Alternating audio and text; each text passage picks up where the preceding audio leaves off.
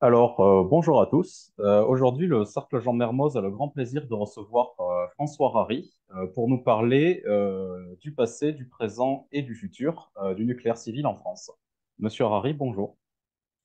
Bonjour, bonjour au cercle Jean Mermoz et surtout merci de m'inviter à défendre ce qui fut une partie de ma vie, l'énergie nucléaire. Nous vous remercions d'avoir bien voulu venir pour nous parler de ça. Tout d'abord, pour commencer, il est possible que certains de nos auditeurs ne vous connaissent pas. Donc, est-ce que ce serait possible que vous vous présentiez et notamment que vous nous parliez de ce qui vous relie au sujet que nous allons aborder aujourd'hui? Très bien. Alors, je vais aller assez rapidement, mais ce qui est intéressant, surtout pour les jeunes du cercle Jean Mermoz qui aspirent et qui auront des responsabilités, c'est de dire que ma carrière, qui est atypique dans l'industrie nucléaire, montre que ce n'est pas les diplômes de base qui font une carrière, c'est vous qui la faites et les circonstances, les événements. Moi, j'ai été d'abord officier de l'armée française, donc je suis Saint-Cyrien, et j'ai été pendant 16 ans officier d'infanterie mécanisée pendant la guerre froide. En 1990, je quitte l'armée et je rentre comme cadre ingénieur, si vous voulez, dans l'industrie nucléaire. Et très, très vite, je vais avoir la chance de saisir des opportunités et de me hisser à de hautes responsabilités. J'ai d'abord travaillé pendant 27 ans dans le groupe Areva. Très vite, j'ai pris la direction d'entreprises filiales d'Areva qui faisaient du transport et de la logistique de matières nucléaires, en particulier Areva LMC, Transnucléaire aussi, qui étaient des sociétés qui faisaient tout, qui organisaient tous les mouvements au niveau international de matières nucléaires. Il n'y avait pas que du transport, on fabriquait aussi des emballages. Hmm. Ensuite, ça, je l'ai fait pendant donc 17 ans. 17 ans. Ensuite, j'ai travaillé 10 ans chez Westinghouse. Je vous dirai pourquoi j'ai quitté Areva, où tout allait bien. Mais j'ai changé. Je suis allé à la concurrence américaine, Westinghouse, mais en travaillant principalement en France, dans d'autres pays d'Europe et en Afrique du Sud. En fait, tous les pays qui utilisaient la conception de réacteurs à eau pressurisés que je vais vous présenter tout à l'heure. Hmm. Alors, plus qu'un technicien, un concepteur, si vous voulez, je suis un exploitant. Donc, je connais bien le fonctionnement, je peux en parler avec objectivité, et j'ai travaillé pendant des années à proximité du réacteur nucléaire, donc de la zone ou des combustibles, donc de la zone et des éléments les plus radioactifs, les plus sensibles au niveau de la sûreté. Je peux donc en parler, je connais le fonctionnement, mais je l'ai utilisé. Et chez Westinghouse, ma mission était pour toutes les centrales nucléaires à eau pressurisée d'Europe et d'Afrique du Sud, le gros marché c'était la France, à peu près 40% du marché, et Hmm. 60% c'était l'Europe et l'Afrique du Sud. Je faisais des contrôles, des inspections, si vous voulez, régulières, et je lançais les réparations pour remettre au niveau opérationnel ces centrales nucléaires. Voilà quel était mon métier jusqu'à ce que je prenne assez récemment ma retraite. Et quand j'ai vu ce qui se passait en France, et j'ai eu la même réaction que certains membres du cercle Jean Mermoz, j'ai dit, c'est pas possible d'en rester là. Il faut que ce qui te reste de matière grise, tu le mettes au service de l'intérêt général. Et donc, j'ai adhéré à un parti qui s'appelle l'Appel au peuple, dont je suis secrétaire général. C'est un parti réveillé, hein, c'est un vieux, vieux parti démocratique d'inspiration gaulliste et bonapartiste que nous avons réveillé il y a 2 ans et je suis dans ce parti le spécialiste des questions industrielles. D'accord. Ce qui est tout à fait justifié au vu de l'expérience que vous avez, qui est assez impressionnante. Particulièrement le fait d'avoir travaillé à la fois chez Areva et chez le concurrent américain. Je pense qu'il y a pas beaucoup de gens qui ont dû avoir un tel niveau de responsabilité dans deux grandes entreprises de ce secteur. Une leçon à retenir, comme je vous le Mm. disiez tout à l'heure, je vous le disais tout à l'heure, j'ai saisi des opportunités et, dit-on, la chance ne sourit qu'aux audacieux. Je ne sais pas si c'est Mm. mon cas, mais en tout cas, je ne me plains pas de la carrière que j'ai faite. Mm. Merci. Mm. Très bien. Avant d'entrer dans le vif du sujet, est-ce que vous pourriez du coup nous expliquer de manière synthétique le principe de fonctionnement d'une centrale nucléaire? Le fonctionnement d'une centrale nucléaire, il est très simple. Je peux même l'expliquer sans avoir le schéma. Vous avez un bâtiment réacteur. Alors, je vais prendre le fonctionnement d'une centrale à eau pressurisée. Il y a Mm. d'autres filières technologiques, mais c'est celle qui nous intéresse puisque c'est Ouais. celle qui est utilisée, qui est en fonctionnement en France et dans la majeure partie des pays, des puissances industrielles nucléaires. Donc, vous avez un bâtiment réacteur où se trouve une cuve à l'intérieur de ce bâtiment et à côté un bâtiment combustible où se trouvent les combustibles en stockage avant qu'on les amène dans le réacteur ou plutôt quand on les a retirés du réacteur pour les mettre en Mm. refroidissement avant, pour ce qui est de la France, de les recycler, notamment à l'usine de La Hague. Donc, dans ce réacteur, vous avez des crayons, ce qu'on appelle les crayons. En fait, ce sont des grands tubes où vous avez à l'intérieur des pastilles d'oxyde d'uranium et on va provoquer ce qu'on appelle la réaction en chaîne. En fait, on va lancer les atomes les uns contre les autres. Ils vont se détruire. On va créer de nouveaux atomes qui vont détruire de nouveaux atomes, etc., etc. Et cette énorme succession de destruction d'atomes, qu'on appelle la réaction en chaîne, produit une énorme énergie. Elle produit aussi de la radioactivité. C'est ça le problème du nucléaire. Et c'est ce qu'il faut à tout prix maîtriser. Mais là, on arrive à le comprendre. Certains l'ont même étudié en physique au lycée ou après dans leurs études universitaires. Euh, Cette énorme énergie, on va l'envoyer par un circuit fermé qu'on appelle le circuit primaire dans un générateur de vapeur. Et dans ce générateur de vapeur, il y a un circuit secondaire qui arrive et qui se met à proximité du circuit primaire, où il y a donc de l'eau pressurisée à une énorme température. Elle est pressurisée pour que la vapeur ne se transforme pas à l'intérieur des tubes du circuit primaire. On va mettre ce circuit primaire à proximité du circuit secondaire où il y a aussi de l'eau, mais de l'eau qui vient soit des rivières, soit de la mer. Et c'est pour ça que les centrales nucléaires se trouvent à proximité de l'eau, c'est-à-dire des rivières, des grands fleuves ou Mm. de la mer.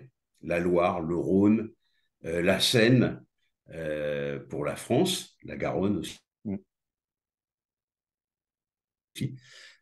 Sinon, c'est sur la Manche, on en a pas loin de la côte atlantique, on en a également dans la mer du Nord, à Gravelines. Donc, ce voisinage d'eau à très haute température et d'eau venant de la rivière ou de la mer va produire de grands volumes de vapeur qu'on va envoyer vers une turbine qui va tourner sur la force de la vapeur, entraînant un générateur qui va produire de l'électricité qu'on va lancer tout simplement sur le, la distribution, le réseau de distribution électrique, hein, c'est-à-dire d'abord les lignes à haute tension jusqu'au transformateur, et ça arrive chez vous. Donc c'est très simple. Énorme quantité de chaleur produite grâce à la réaction en chaîne, énorme quantité de chaleur. Cette énorme quantité de chaleur crée une production très volumineuse et très puissante de vapeur qui va faire tourner des turbines et entraîner un générateur qui produira de l'électricité. Tout ça, c'est grâce à ce schéma que vous allez nous présenter. C'est très simple. Maintenant, ce qui est compliqué, c'est comment maîtriser la sûreté, c'est-à-dire faire Mm. face à la contamination. Alors la radioactivité qui est émise au moment de la fission des atomes. Il y a une très, très grosse production de radioactivité, il faut la maîtriser. Et après, cette radioactivité peut se déposer sur des matières et Mm. ça crée de la contamination. Voilà. Et comment on y arrive? Eh bien, on y arrive par des mesures de sûreté qui sont l'étanchéité des systèmes, l'étanchéité qui est garantie également par l'utilisation d'inox pour tous les métaux qui sont en contact de ces éléments, également par des barrières dont on pourra parler tout à l'heure, qui vont du métal, du plomb par exemple, mais aussi de diverses matières comme le bore qui va atténuer l'effet de la réaction en chaîne. Voilà. D'accord. Évidemment, tout un aspect lié à la culture de la sécurité chez le personnel qui intervient dans ces milieux pour éviter Oui, de sortir de la contamination du bâtiment de réacteur ou des zones où il y a de la exactement. radioactivité. Pour travailler à proximité du réacteur pendant 4 heures, il faudra à l'intervenant au moins 2 heures à Hmm. s'équiper et à se contrôler à Hmm. l'entrée D'accord. et à la sortie. Je dis bien au moins 2 heures. C'est-à-dire que dans une journée de 8 heures, en général, on passe 4 heures maximum à proximité du réacteur. Et Hmm. puis après, on se retire parce que le métier de Westinghouse, c'était justement de développer des robots qui remplaçaient l'intervenant. L'homme rentrait dans le réacteur juste quelques minutes dans le bâtiment réacteur ou dans le générateur de vapeur pour déposer un robot, et puis après, il sortait. Donc, Hmm. il se soustrayait à la Hmm. radioactivité, à la contamination. Et c'est le robot qui agissait, qui faisait les D'accord. gestes, les soudures, les vissages, tout ce que vous pouvez imaginer en termes d'intervention mécanique. D'accord. Alors, pour entrer dans le vif du sujet, est-ce que vous pouvez commencer par nous parler du nucléaire historique? Et notamment, ce qu'on pourrait évoquer, c'est quelque chose qui s'est passé au début du nucléaire civil en France, quelque chose qui a été appelé guerre des filières par certains, avec un conflit qui s'est développé entre le CEA et EDF sur le type de réacteur que la France devait privilégier pour la suite de son programme nucléaire électrique. Oui, je pense qu'on n'a pas le temps de remonter à Pierre et Marie Curie, hein. On va juste Bien sûr. attaquer sur ce que vous avez évoqué, c'est-à-dire on peut parler de conflit des filières, hein. Et ça va nous amener tout de suite au choix qu'a fait la France dans les années 60 Mm. et qui va se terminer sur cette immense réussite d'autrefois, qui est le nucléaire français. Donc, je vous ai évoqué la centrale nucléaire. Si vous voulez, ce qu'il faut arriver à faire, c'est maîtriser euh, la réaction en chaîne pour pas qu'il y ait d'emballement. Il faut aussi maîtriser toutes les contraintes de sûreté pour éviter la contamination et surtout la radioactivité. Donc, il va falloir maîtriser la vitesse de fission des atomes et puis il va falloir maîtriser le refroidissement des différents circuits pour ne pas altérer les équipements et pour pouvoir remettre dans la rivière ou dans la mer l'eau du circuit tertiaire finalement qui sera rejetée. Et quand vous voyez ces grandes cheminées avec toute cette fumée qui dépasse, il s'agit tout simplement de la vapeur d'eau qui provient des circuits de refroidissement avant que Mm. l'eau soit rejetée dans son secteur naturel. D'ailleurs, Alors, ces tours aéroréfrigérantes, me semble-t-il, ne sont présentes que sur les centrales en bord de rivière. Parce qu'en bord de mer, on a tellement d'eau froide à disposition qu'il n'y a même pas besoin oui, vous en avez d'évaporer quand de même. l'eau. Vous en avez quand Ah oui. même. Oui, ça arrive quand même. Mais vous avez raison de le dire. C'est principalement utile sur la Loire, Hmm. sur le Rhône. On les voit bien quand on circule Oui. sur l'autoroute en descendant dans le Midi. Vous C'est un peu voyez. c'est un peu le cliché de la centrale nucléaire, C'est finalement. ça. Vous Et c'est avez, ce qui fait peur. J'ai reçu un jeune Allemand, correspondant de mon fils, quelques jours à la maison. Je lui ai montré ça. Il était terrorisé et il se retenait de respirer en D'accord. voyant les aéros réfrigérants. Bon, voilà. On reviendra sur la conception allemande du nucléaire. Elle Hmm. est parfois amusante. Ouais. Et donc, bon, il faut savoir faire ça. Alors, vous avez des technologies différentes. Il y a l'UNGG, technologie GG comme graphite gaz, qui va utiliser le graphite comme modérateur de la réaction en chaîne, qui va utiliser le gaz comme un fluide caloporteur. Vous avez aussi les réacteurs à eau bouillante, beaucoup plus simples que les réacteurs à eau pressurisée que je vous ai expliqué, mais aussi beaucoup plus risqués et beaucoup plus difficiles à maîtriser au niveau de la sécurité. Alors, dans un premier temps, le CEA, poussé par la fin de la 4e République et surtout le général de Gaulle, va développer la filière graphite-gaz. Quand vous voyez le général de Gaulle à Marcoule dans les années 60, dans la salle des opérations à Marcoule, c'est du graphite-gaz qu'on lui Hmm. présente et c'est ce qu'on veut développer en France. Mais on s'aperçoit que c'est difficile à mettre en œuvre, le graphite-gaz. Les combustibles sont beaucoup moins performants. Ils sont plus sensibles à la corrosion. Alors, donc, vous avez des masses d'eau, donc la corrosion, même avec des métaux particulièrement traités, il y en a toujours. Et donc, c'est un handicap, c'est un défaut du système. Or, au même moment, vous avez les Américains qui ont déjà développé les réacteurs à eau pressurisée, qui en ont fait une filière non seulement sécurisée, mais aussi parfaitement rentable Hmm. et dont ils maîtrisent très très bien l'exploitation. Alors EDF, qui à l'époque se faisait entendre, et les gouvernements de l'époque, qui à l'époque écoutaient, eh bien, vont accepter d'adopter cette filière américaine. Le CA va complètement transformer ses axes de recherche et on va créer une entreprise qui s'appelle Framatome, Framatome, la franco-américaine de l'atome. Et c'est D'accord. cette société qui va construire les 58 réacteurs français. Excellente réussite industrielle, magnifique réussite industrielle. Et donc, Framatome, on laisse complètement tomber la filière UNGG, on prend la filière REP ou EPR, si vous voulez, réacteur à eau pressurisé. Le PR, c'est quand même encore un concept différent, bien que ça soit un réacteur à eau pressurisé également. Et la première centrale va être construite à Fessenheim. Hmm. Une centrale qui, je ne sais pas si vous connaissez les Alsaciens, mais en général, au niveau maintenance industrielle, ils sont quand même bons et qui Au était une sérieux, oui. centrale en parfait fonctionnement de sûreté le jour où on décida de la fermer, ce qui a été une catastrophe économique dont les conséquences sont encore malheureusement visibles. Bien, D'ailleurs, là, il me semble que la centrale de Fessenheim, c'est plus ou moins en fait une copie d'une centrale qui existe aux États-Unis, dont je me souviens tout plus à du fait. nom. Mais Oui, cette centrale américaine en question, elle est toujours en activité et elle a été prolongée pour une durée totale d'exploitation de 60 ans.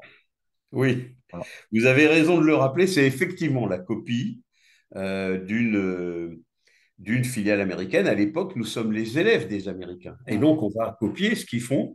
Et petit à petit, la France je me souviens plus du nom de la centrale américaine, mais vous avez raison, elle fonctionne toujours. Les centrales américaines étaient prévues pour 60 ans, elles ont été reconduites pour 40 ans, vous voyez, tandis que les centrales françaises sont prévues pour 40 ans et on ne sait pas si on va les reconduire. Enfin, c'est une histoire complètement inepte. Alors qu'une centrale parfaitement entretenue comme était Fessenheim pouvait continuer à fonctionner 20 ans, 30 ans sans problème. Sans problème, mais à condition d'y mettre les moyens de maintenance. Bien sûr. Ce qu'avait prévu EDF avec son plan dit grand carénage, Hmm. j'en reparlerai tout à l'heure.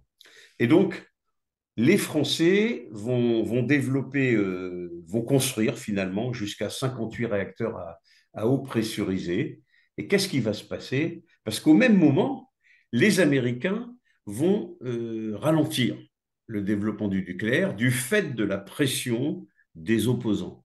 Nous, en France, on arrive pendant quelques années à maintenir les arguments des opposants et considérer que la politique de construction de centrales nucléaires est bonne pour les Français et on va développer ça. Et qu'est-ce qui va se passer? Les Américains perdent des ingénieurs qui partent à la retraite, ont du mal à remplacer leur matière grise, et c'est les Français qui vont devenir les experts des réacteurs à eau pressurisée, disons dans les années 90, à l'époque où je rentre chez Areva. Alors, Hmm. j'y suis pour rien, hein, je vous rassure. Mais les collègues que j'avais, quand je quittais l'armée pour entrer dans le nucléaire, c'était des gens qui connaissaient tout parfaitement et qui savaient faire face à tout type d'incident, mais n'importe quel accident. Et qui savaient surtout maîtriser toutes les fabrications possibles, de combustibles et de réacteurs. Hmm. Et donc, le disciple va dépasser le maître, et c'est la France qui va construire en Afrique du Sud des centrales nucléaires, par exemple, jusqu'à ce fameux EPR que l'on a construit à Olkiluoto, en Finlande, et en Chine. On reviendra parce que ça n'a pas été toujours brillant. Hmm. Et donc,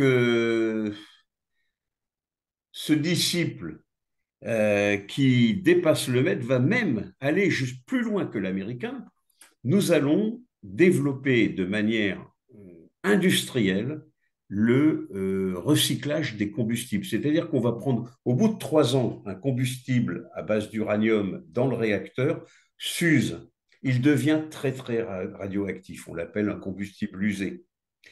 On va le chercher, on le met en refroidissement 3 ans, et après, qu'est-ce qu'on en fait? Alors, on peut faire comme proposaient les écolos, surtout allemands, c'est-à-dire les stocker. Et là, vous vous retrouvez avec des masses énormes. Les Français vont développer et vont maîtriser complètement cette filière de recyclage dans l'usine de La Hague, où à un moment, pratiquement tous les pays européens, dont les Allemands, les Belges, les Hollandais, faisaient, on avait comme concurrents les Britanniques, qui Hmm. avaient aussi l'intelligence de développer cette même filière. Recycler les combustibles usés, ce qui fait qu'au final, ce qu'on appelle les déchets ultimes, ceux qui ne sont pas recyclables, représentaient moins de 3%, on va dire, Hmm. aux environs de 3% du volume initial d'oxyde d'uranium qu'on avait usé. Vous voyez, c'était vraiment une solution écologique. Et les Américains, quand ils ont démantelé leurs armes nucléaires, ont fait appel à la France. J'ai participé à ces transports qui étaient hautement sécurisés pour que nous recyclions à La Hague des combustibles, enfin des têtes à base, des têtes militaires hein, Donc, de en bombes l'occurrence, américaines. du plutonium, j'imagine. Voilà, bien sûr, il y avait du Hmm. plutonium. Ouais. Et donc, il fallait les recycler à La Hague. Et la matière, après cette matière que vous utilisiez, vous pouviez la convertir, vous aviez de l'uranium retraité, hein, de l'uranium nouveau, et vous Hmm. aviez du plutonium, effectivement, de l'oxyde plutonium, et de l'oxyde d'uranium neuf. Vous mélangiez les deux oxydes et vous aviez un mélange d'oxydes, ce qu'on appelle le MOX, que les Français étaient les seuls à savoir faire à la perfection, notamment dans les usines du côté de Marcoule. Et on a renvoyé chez les Américains les combustibles à base de MOX que nous avions nous-mêmes Hmm. fabriqués à partir des matières nucléaires issues de leurs armes. C'était non seulement écologique, mais c'était un beau défi en faveur de la paix dans le monde. Hmm. Et ça, on en a malheureusement Ouais. insuffisamment parlé. C'est vrai que c'est assez intéressant de voir que finalement, on est parti d'une simple copie de design américain pour des questions de rentabilité, de sécurité, et qu'au final, au fur et à mesure de plusieurs décennies de développement, on a fini par s'approprier ce design et à même aller encore plus loin dans l'excellence et dans la maîtrise de la filière. C'est un aspect qui, je Exactement. pense, est très intéressant à noter. Oui, c'est Ouais. tout à fait vrai. Ouais. Le disciple a dépassé le maître, comme Tout à je fait, vous ouais. l'ai dit. Malheureusement, aujourd'hui, on se trouve dans la même situation, mais nous sommes le maître dépassé Ouais. par des nouveaux Ouais. disciples. On va en parler. Et justement, du coup, au final, au bout de toute cette décennie de développement à partir du design initial de Westinghouse, on en arrive aux fameuses EPR. Et Ah. donc, ce que nous aimerions avoir, c'est votre avis sur l'EPR, parce que je pense qu'il détonne pas mal par rapport à ce que l'on a l'habitude d'entendre à ce sujet. Alors, je n'ai pas changé d'avis. Moi, je suis un opposant de l'EPR depuis le début. Pour moi, on n'a pas retenu les leçons de l'UNGG, où on s'est lancé à un moment à corps perdu dans une filiale qui n'était pas tout à fait rentable. Là, on a voulu construire un monstre industriel, un monstre énergétique. Cette fois-ci, on n'est plus dans le domaine du maître dépassé par le disciple, on est carrément dans la création d'un monstre. Mm. Et pourquoi? Parce que l'EPR, pour vous donner une idée, les centrales qu'on a su parfaitement fabriquer en France, la puissance de ces centrales allait de 900 à 1300 mégawatts. On a même fabriqué des 1400 mégawatts. Je pense qu'on était au taquet au niveau de puissance. Avec l'EPR, on a fait beaucoup plus grand. On a conçu un réacteur de 1800 mégawatts. Donc, la puissance est immense, c'est-à-dire qu'il faut des éléments immense au niveau de la fabrication. On ne sait plus le faire en France. Il faut les faire en Corée du Sud, voire au Japon. Donc on perd ce que le nucléaire nous apportait, en Mm. l'occurrence l'indépendance énergétique. On commence à la perdre. Il faut mettre en exploitation un système qui est beaucoup plus compliqué parce que plus c'est grand, plus on vous rajoute des contraintes, ne serait-ce que des contraintes sismiques, des contraintes de résistance des matériaux.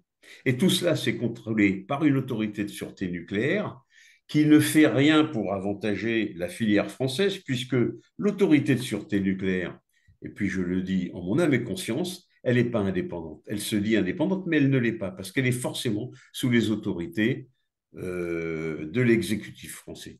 Et quand l'exécutif français dit je vais, ce qui est la plus grande bêtise qu'on ait jamais faite au niveau politique, et c'est M. Hollande qui l'a faite, il a dit je vais passer la part du nucléaire de 80% de production électrique à 50%, et bien, vous en profitez quand vous êtes l'autorité de sûreté pour augmenter la pression Mm. sur les exploitants, et puis vous dégoûtez les jeunes ingénieurs qui auraient pu, et brillants, qui auraient pu être intéressés par cette technologie. Jeunes ingénieurs ou jeunes techniciens, hein. Mm. Pareil. Donc, on a vu trop grand. Résultat, le Olkiluoto, on était certain de savoir construire un EPR en 2003. On a vendu 3 milliards d'euros aux Finlandais. Olkiluoto se trouve dans le sud de la Finlande, au bord de la mer. Euh, il a commencé à fonctionner, ce réacteur, en 2023. 20 ans pour le construire, Mm. et ça nous a coûté, c'est ce qu'à vous arriva, 12 milliards d'euros. Mm. C'est-à-dire, on l'a vendu 3 milliards et ça nous coûte Trois, 12 milliards. trois, Voilà, quatre. 4 fois plus. C'est quand même, c'est de la folie. Et on a continué, alors on en a fabriqué en Chine, et en Chine, ils marchent les EPR. Enfin, il y en a un qui fonctionne. Ça a été très, très, très long aussi. Mais les Chinois, ils n'ont pas l'autorité de sûreté nucléaire française. Ils ont l'autorité de sûreté nucléaire chinoise qui s'appelle Xi Jinping. C'est tout. Donc, eux, ils sont arrivés à ouvrir Mm. leur premier EPR. Et du coup, parce que l'élève dépasse le maître, eux, ils vendent sur le marché des EPR qu'ils appellent le Chinese EPR. Vous voyez. Mm. Maintenant, il est proposé sur le marché par les Chinois parce que non seulement on leur a vendu un truc qu'on ne savait pas faire, mais toute la technologie, qui était Mm. excellente quand même, elle avait été préparée, on l'a cédée aux Chinois à partir du moment où ils nous passaient 2 commandes. Ce qui est encore de la folie. Il fallait peut-être protéger nos Finalement, savoirs. c'est un peu ce qui s'est passé entre les Américains et nous à l'époque.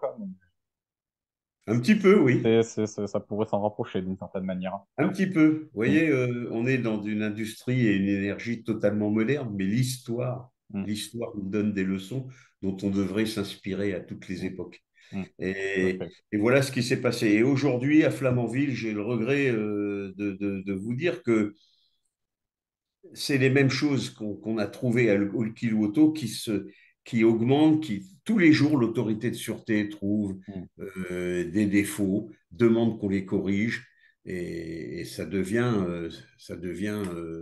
une perte de temps parce que vous avez des défauts, en particulier des défauts dans les métaux qui sont utilisés, les épaisseurs de la cuve du réacteur font plusieurs dizaines de centimètres d'épaisseur.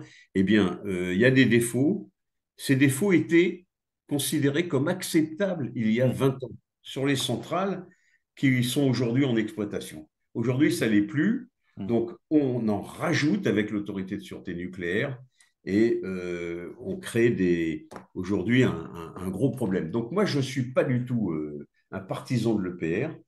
Je vais vous dire une des raisons pour lesquelles j'ai quitté Areva, qui était une société que j'aimais beaucoup, et j'avais à l'époque beaucoup de respect pour Madame Lauvergeon, mais pas pour son entourage, qui refusait de m'écouter. Tout le monde me prenait pour un fou quand je disais que le père était une erreur, parce que gigantesque et que le gigantisme, ça doit se maîtriser. Eh bien, j'ai quitté Areva pour rejoindre Westinghouse à cause de ce choix de l'EPR. Malheureusement pour le nucléaire français, la suite m'a donné raison. Mm. Donc je pense qu'il faudrait aujourd'hui ne pas se lancer sur de nouvelles recherches, un EPR2, peut-être un peu plus petit, 1600 mégawatts, nous dit-on, mais il faudrait réfléchir plutôt sur adopter, recommencer une réussite américaine qui est l'AP1000. En vous disant ça, je vais scandaliser beaucoup de Je vois. personnes. Je ne suis pas pro-américain, je les aime bien, mais je fais pas ça par pro-américanisme. Je dis simplement que la France a besoin de relancer rapidement des constructions de Mm. centrales nucléaires et nous pouvons refaire tout à fait ce que Framatome a fait, ce que le CEA a fait, ce qu'ils ont fait pendant des dizaines d'années, redevenir des experts. Mm. Chez EDF, il y a beaucoup de gens qui se posent la question sur le rachat, l'achat d'une filière d'AP1000 aux Américains, mais vous n'entendrez jamais parler parce Mm. qu'ils se cachent. Oui, c'est vrai que c'est quelque chose qui n'est jamais évoqué à ma connaissance dans les débats sur le nucléaire. En tout cas, de ce que je comprends de ce que vous venez de dire, le fameux EPR2 dont on parle depuis quelques années, d'après vous, ne règle pas les problèmes de l'EPR initial, de ce que je comprends. Peut-être, si vous voulez, c'est pas encore une filière que je connais parfaitement, mais je sais Mm. que le fait de travailler sur une fabrication modulaire de l'EPR2, c'est-à-dire vous faites des éléments séparés de la centrale et vous les acheminez, vous les livrez, tout fabriqué, c'est une bonne chose. Ça va uniformiser complètement les fabrications et puis ça va simplifier la construction. Donc ça, c'est bien. Maintenant, Fukushima nous a obligés de rajouter Mm. des systèmes de protection.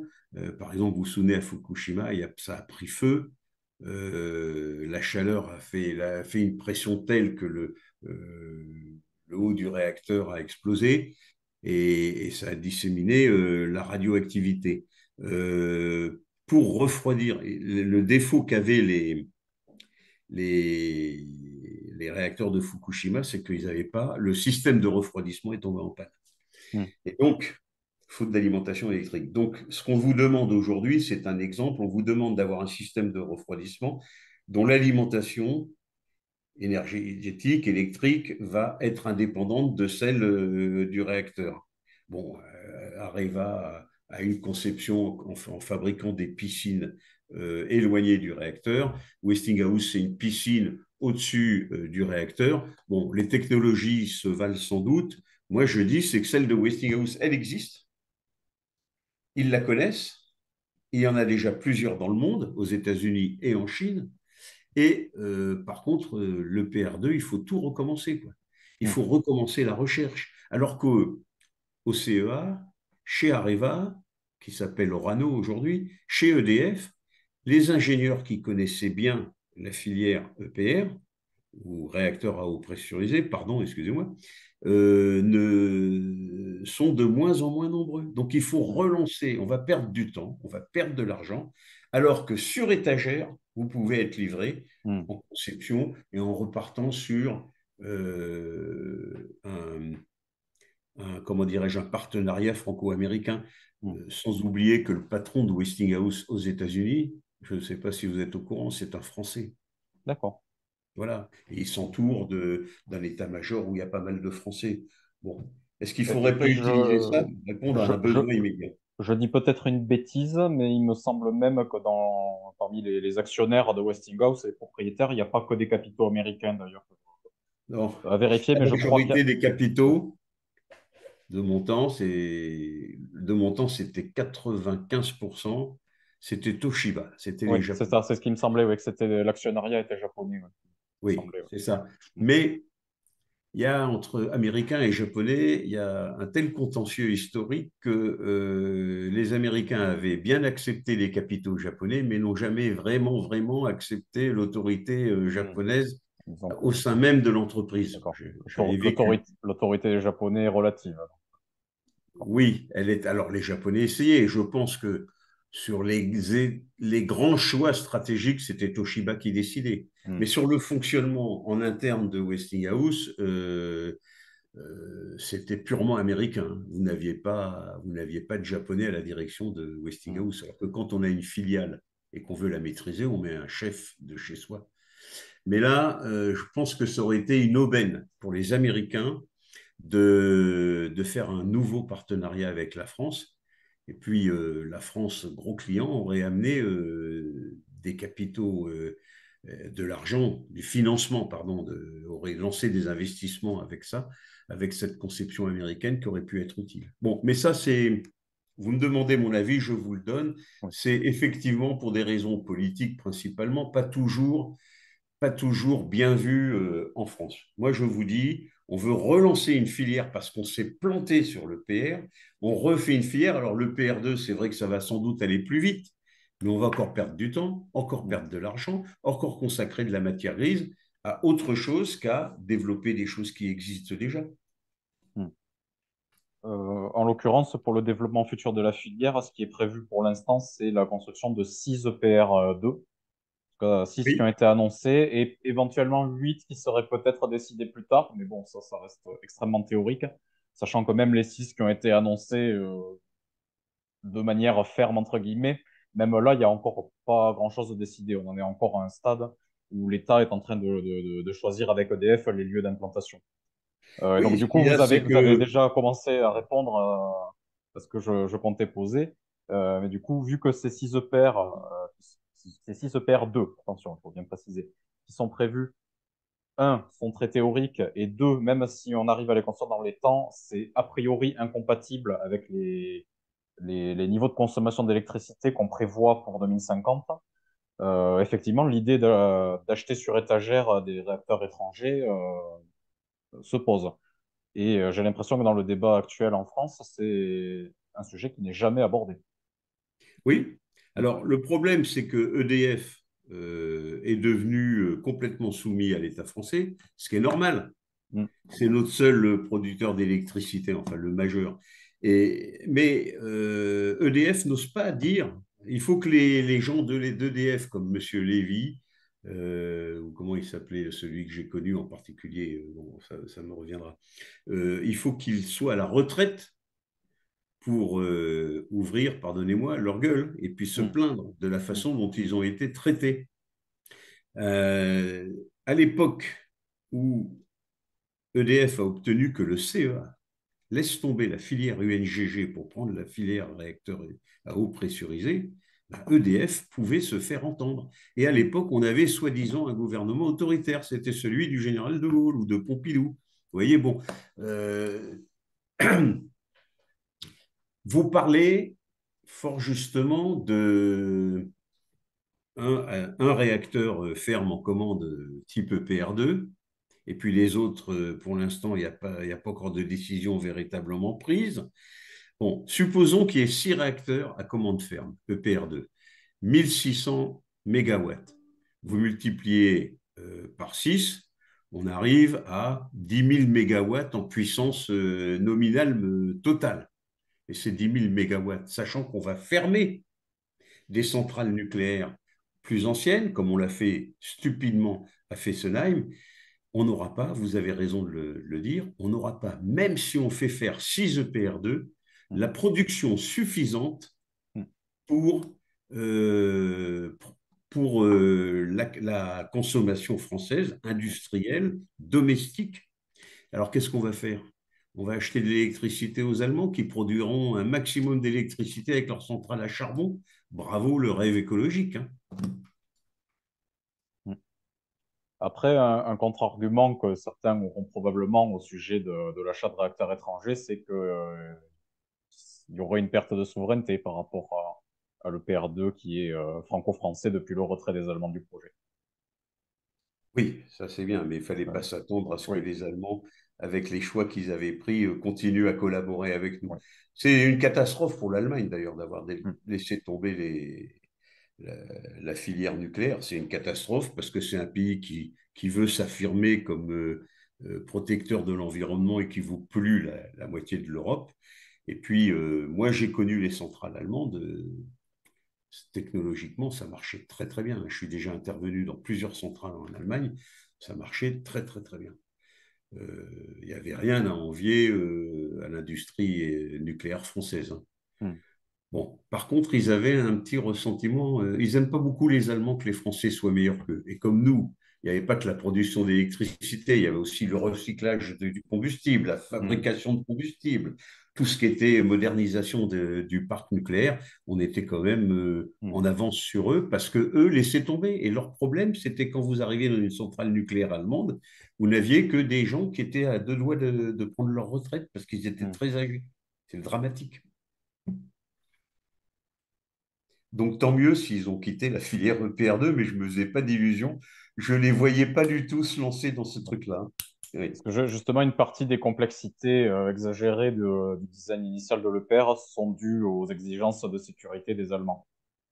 Bon, sûrement, Ouais. le fait qu'ils se soient retirés, ça a aidé à simplifier le design pour l'EPR2. Mais bon, comme on a dit avant, J'espère, même si on arrive à j'espère. les construire dans les temps, ça ne suffira pas pour les besoins qu'on a en électricité, de toute façon. Oui, j'espère que votre vision est la bonne. Hmm. Voilà. Mais Après, je reste un évidemment, peu dubitatif hein, sur ouais.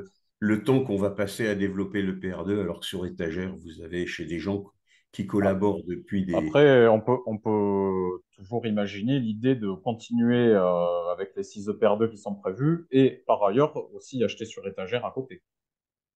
C'est vrai C'est qu'peut-être une... en France, on a eu un peu un côté où pendant des décennies, on a développé une seule filière. En particulier, il fallait avoir tout pareil.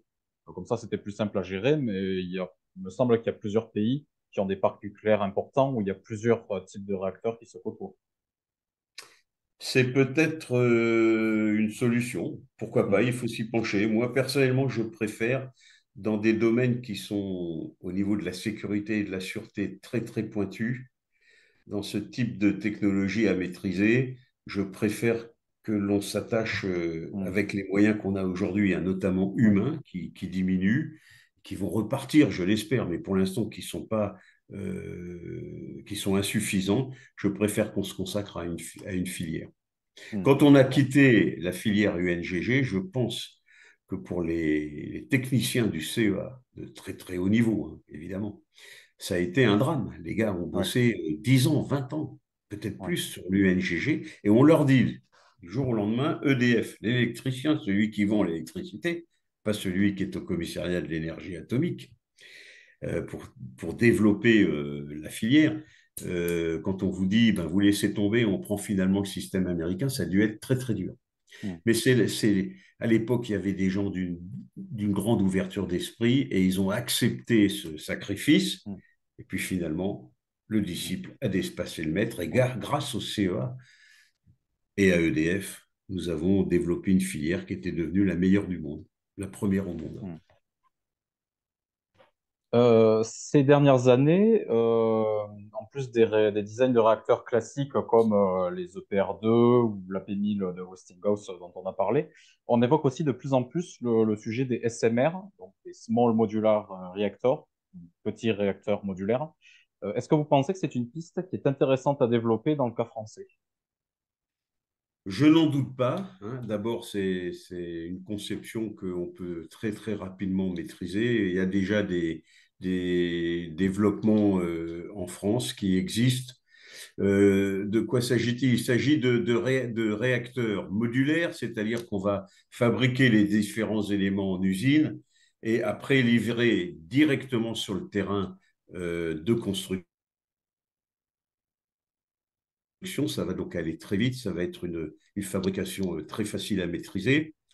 Et petits réacteurs, pourquoi petits? Parce que leur puissance est amenée à rester en dessous de 600 mégawatts. Je veux dire, c'est des réacteurs de 400 à 500 mégawatts en puissance nominale. On va donc dire trois fois moins puissant que les réacteurs actuels.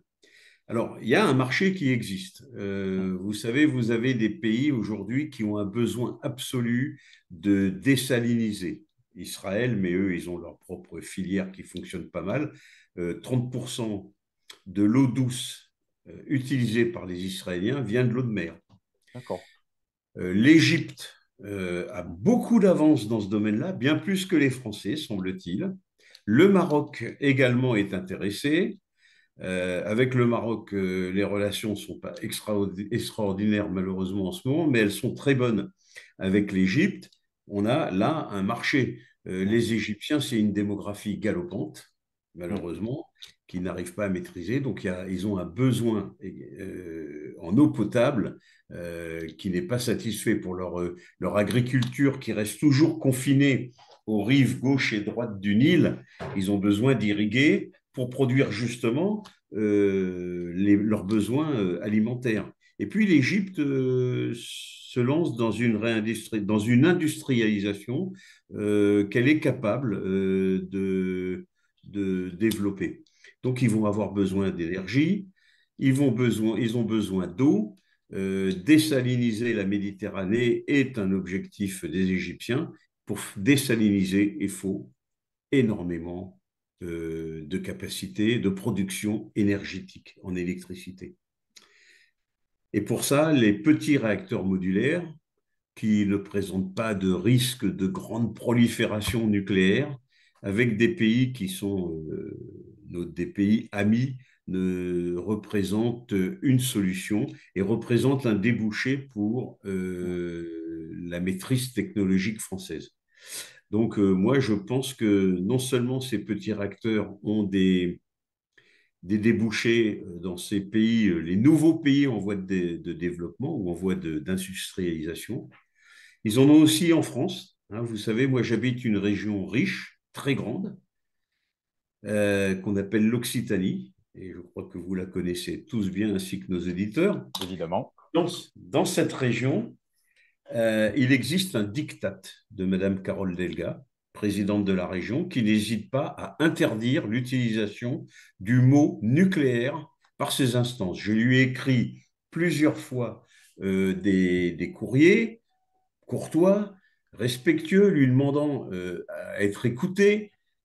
Je n'ai jamais eu aucune réponse. Il faut ignorer le nucléaire pour elle. Par contre, elle va, dans des projets funestes et extrêmement coûteux, dépenser des millions d'euros, ceux du contribuable, pour développer des champs d'hydroliennes, pas d'hydroliennes, d'éoliennes en mer, en Méditerranée, Mm. c'est-à-dire dans des secteurs extrêmement éloignés du cœur de l'Occitanie, où se trouvent justement les régions les plus pauvres en industrie qu'il faut à tout prix relancer économiquement, notamment par une réindustrialisation. Réindustrialisation qui impose des besoins en énergie. Donc, pourquoi pas tenter, quand vous êtes président de région, de développer des petits réacteurs nucléaires, puisque le gros nucléaire fait si peur, ben des petits réacteurs complètement maîtrisables, pour essayer de développer les secteurs industriels, pas tout rapporter à Toulouse, voire Montpellier, au niveau industriel, mais essayer de mieux équiper les territoires. Mm. Donc voilà, C'est vrai que pour ça, c'est une euh, piste intéressante. Surtout oui, que si j'ai bien compris le principe de CSMR, c'est que vu que ça peut être conçu sous forme de blocs, qui tiennent d'un seul tenant et qu'on peut transporter par convoi exceptionnel, on peut même envisager que le démantèlement ne se fasse pas sur place à la fin de oui, l'utilisation. C'est-à-dire on peut envisager le retour en exactement. usine pour le démantèlement. Ça rend les choses Le beaucoup plus fluides. démantèlement, qui est aussi une grande activité Oui, tout à fait. industrielle, Tout qui à fait fait. travailler énormément de personnes et qui impose le développement aussi de techniques Mm. élaborées. Donc, Mm. on a tout à y gagner. Ouais. Mais c'est bien votre affaire de profiter de la modularité de la construction pour faire une modularité du démantèlement et puis Hmm. démanteler dans des zones spécialisées. Et ça serait extrêmement Donc effectivement, c'est bien. intéressant à la fois sur le déploiement qui n'est pas le même qu'avec des gros réacteurs. Le fait qu'avec le débouché à l'exportation, ça rend la chose plus intéressante pour l'industrie française aussi, dans le cas où le PR2 s'avérerait être un désastre, comme le PR initial. Donc De toute effectivement, c'est façon, une piste intéressante.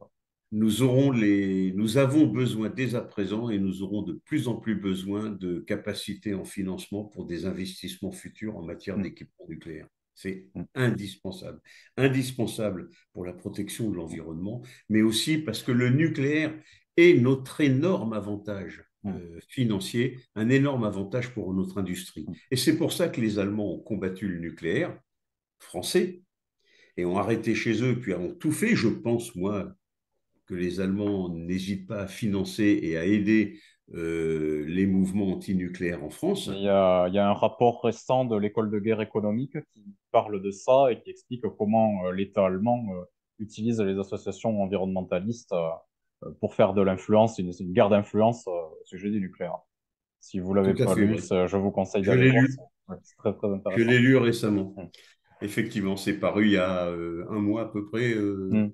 Ouais. C'est, Effectivement, vous avez raison de le rappeler. Et ça va loin.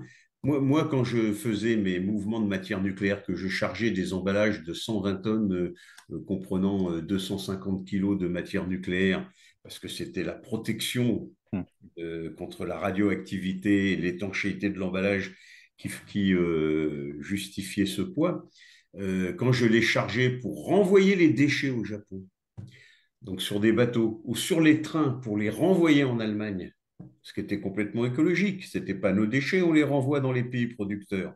Eh bien, les gens de Greenpeace venaient troubler les transports en s'enchaînant sur les grues, en s'enchaînant sur les voies ferrées. Il y avait quelques jeunes bénévoles que je respecte, c'est leur idée, des jeunes à qui on n'avait pas expliqué ce qu'était le nucléaire, qui se sacrifiaient sur les voies ferrées, mais il y avait beaucoup de types très athlétiques qui venaient s'enchaîner tout en haut de la grue de chargement à Cherbourg quand le GIPN arrivait pour les arrêter et les fusiliers marins les choper dans la Manche.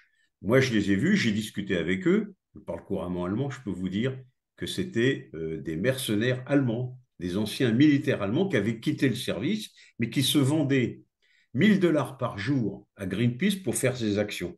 Et ils D'accord. étaient Oui. dirigés par le directeur des opérations de Greenpeace qui s'appelle Yannick Jadot. Ça vous dit quelque chose? Il Ah, était ouais. candidat à la présidence de la République Mm. pour Europe Écologie Les Verts. Et M. Jadot, pour moi, est un voyou parce qu'il emploie des mercenaires étrangers contre son pays. Pour moi, c'est un voyou parce qu'il fait appel à la désobéissance physique, pardon, civique et physique d'ailleurs, mais civique, pour nuire à l'industrie de son propre pays sans vouloir réfléchir et penser la réalité, c'est-à-dire que le nucléaire est non seulement bon marché, mais en plus, il est écologique. Mm. Euh, le fait d'évoquer Monsieur Jadot me paraît être une transition tout à fait adaptée pour aller vers la conclusion. Ce qu'on a vu au cours de cet entretien, c'est que l'industrie française du nucléaire, autrefois florissante, est quand même aujourd'hui dans une situation assez compliquée, même très difficile. Selon vous, quelles sont les responsabilités à l'origine de cette situation? Elles sont malheureusement nombreuses. Hein. Là, je vais quand même me mettre en colère, mais c'est pas. Je Je vous vous en prie. remercie encore une fois, Fabien, de m'avoir donné la parole et merci au Cercle Jean Mermoz. J'espère que Monsieur Jadot m'a écouté, qu'il m'invitera à un débat. On pourra, on pourra faire un duel d'arguments s'il accepte pour une fois les arguments des autres. Notre industrie nucléaire, elle a été sacrifiée. Sacrifiée dès la décision de M. Jospin d'arrêter le réacteur Superphénix, qui était un Mm. réacteur qui produisait un peu d'électricité, mais qui était surtout expérimental et qui était un surgénérateur, c'est-à-dire qu'il allait utiliser ses propres déchets pour relancer la production énergétique et produire de l'électricité. Et là, les Français étaient encore une fois extrêmement en avance. Aujourd'hui, M. Jospin arrête Superphénix en 2002, je crois, 2001, quand il devient Premier ministre. Et aujourd'hui, M. Macron, aujourd'hui, c'était hier, il y a 6 mois, M. Macron décide de sa propre autorité et propre réflexion d'arrêter le réacteur Astrid, qui est aussi un surgénérateur.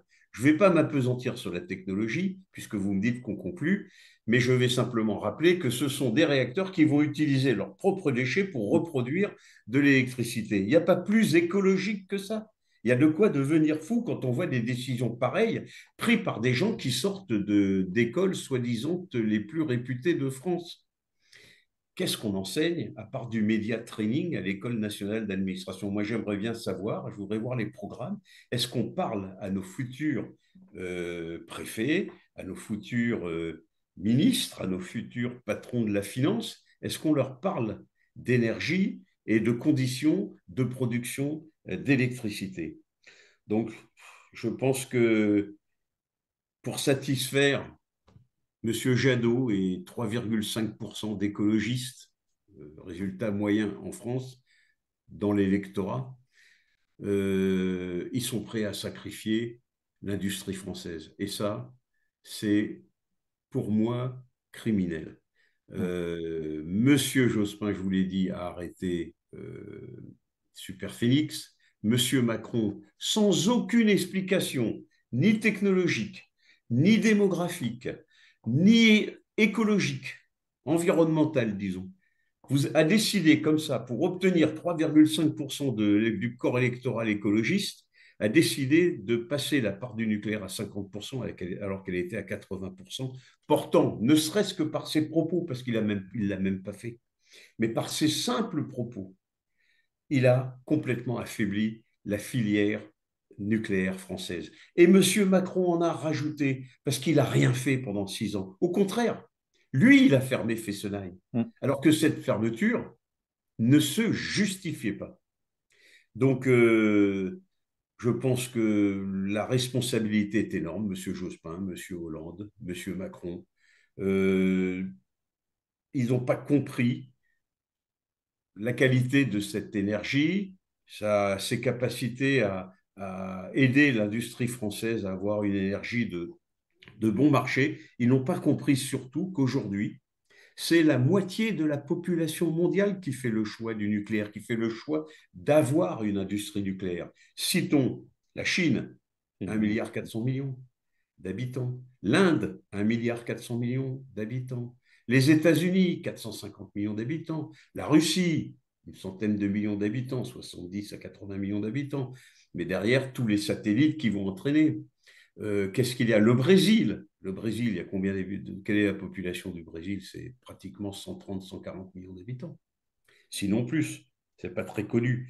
Mais c'est une énorme population avec une démographie galopante. J'en oublie, vous avez la Grande-Bretagne, vous avez d'autres pays, la Pologne, vous avez plein de pays qui décident avec une forte population de se lancer dans le nucléaire. Et c'est justement le moment où la France décide, elle, toute seule, de baisser ses capacités nucléaires.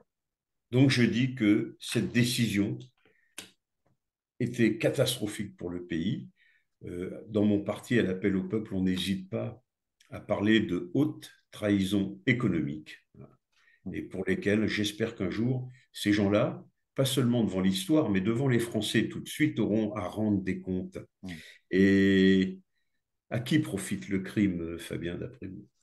Eh bien, à nos grands amis, les Allemands, qui sont trop contents de voir que le seul pays qui pouvait les concurrencer au niveau industriel en Europe a effacé son industrie, notamment en affaiblissant sa propre industrie énergétique.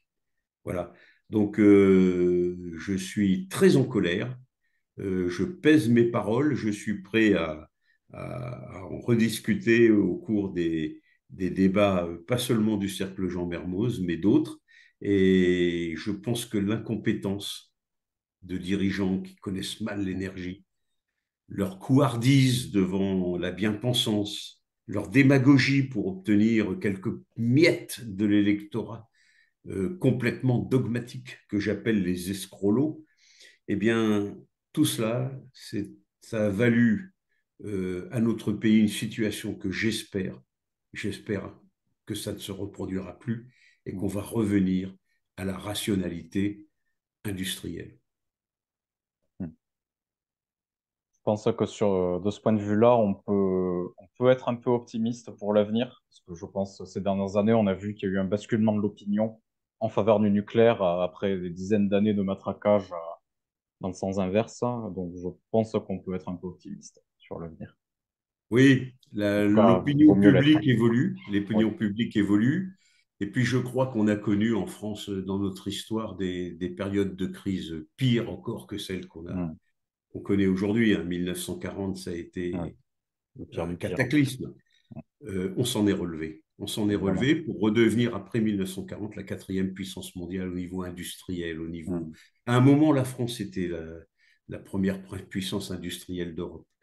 Bon, donc je reste optimiste. Et puis, de toute façon, à 70 ans, si je me bats comme ça, c'est parce que je crois qu'on peut encore changer les choses. Et puis, je sais que votre groupe de jeunes dynamiques, futurs cadres de la nation, vont se battre pour ça Mm. et le feront avec raison. Donc, continuons à nous battre. Et pour nous Ouais, battre, il faut être optimiste parce que la tout à victoire est fait. tout. Tout à fait. C'est un joli mot pour finir cet entretien. Avant de clôturer définitivement, je vais poser une petite question traditionnelle qui n'a rien à voir avec le sujet, mais que nous posons à la plupart de nos invités. Si la France était un livre, quel serait-il d'après vous? Si la France était un livre, quel Oui, serait-il? oui, oui, Alors d'abord, c'est un livre compliqué, avec plein de solutions, qu'elle trouve en elle-même. oui. Moi, je dirais les essais de Montaigne. Hmm, C'est dur à lire, c'est dur à comprendre, c'est en vieux français, hmm, c'est un vieux pays, mais ça parle de l'avenir et ça pose des problèmes où, en lesquels intrinsèquement, elle a les propres solutions hmm. dans ses gènes. Et donc la France, c'est ça. Je pense que les essais de Montaigne, une des premières grandes œuvres littéraires de notre langue, que je lis encore fréquemment, où je retrouve encore des leçons de vie qui m'a guidé dans ma profession. Je pense que ce livre, ça représenterait bien ce qu'est la France. D'accord, très bien. Voilà. Et bien sur ce, je vous remercie encore de nous avoir accordé cet entretien et je vous dis à une prochaine fois. À bientôt. Merci au Cercle Jean Mermoz. Merci à tous ceux qui vont nous écouter et colporter ces paroles. Je me tiens à leur disposition. Et puis, je ne vous en veux pas pour la dernière question à laquelle vraiment je ne m'attendais pas. À bientôt, Fabien. À bientôt, au revoir. Au revoir.